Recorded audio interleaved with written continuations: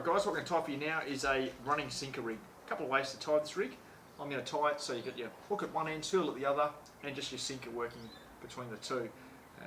Very basic rig, fairly standard rig, can be used out of a boat, chasing your snapper and that sort of thing, to casting from the shore for your brim, things like that, whiting, flathead. The other variation on this rig would be to tie your hook at one end, your swivel at the other end, and then have your sinker running above that. But for today's purposes, we're going to tie it with the sinker running on what we call a leader or the trace. Okay, so starting here, I'll just grab a swivel and a hook.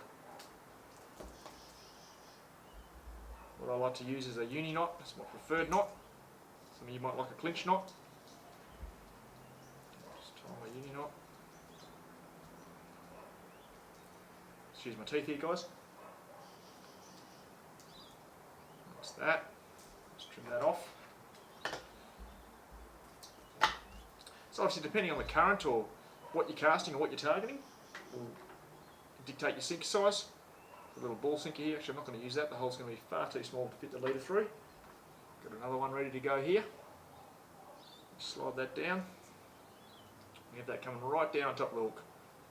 Obviously this is probably not what you'd use exactly, but for the demonstration purposes we'll use it.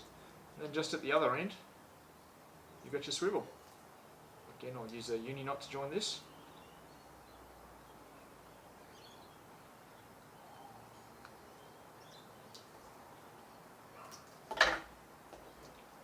That's your rig there.